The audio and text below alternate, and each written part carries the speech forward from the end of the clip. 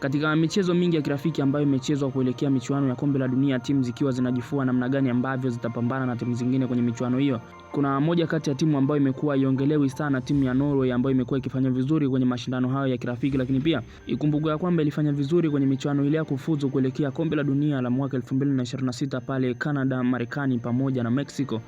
Sasa huenda Norway ikaja kuwa ni moja kati ya timu tishio kwenye michuano hiyo ya kombe la dunia kufuatia namna ambavyo imekuwa ikicheza kabla na baada ya kufuzu kwenye michuano ya kombe la dunia. Sasa jana imecheza dhidi ya Sweden, timu ambayo anatokea mchezaji hatari wa pale Liverpool Isaac, na kuibuka na ushindi wa mabao 3-1. Sasa mchezo huo ni kwamba Erling Haaland kucheza na mastaa wengine kibao wa kucheza, lakini Norway ilifanya hivyo ambavyo ilifanya. Sasa je, ikifika kwenye michuano ya kombe la dunia pale Marekani, Canada pamoja na Mexico, timu zitafanyaje uwanjani? Je, zitaikimbia Norway au tuipe Norway nafasi kubwa ya kufika nusu finali, robo finali na hata finali ya michuano hiyo ya kombe la dunia? Mimi ni Asante Mwanga. Chao.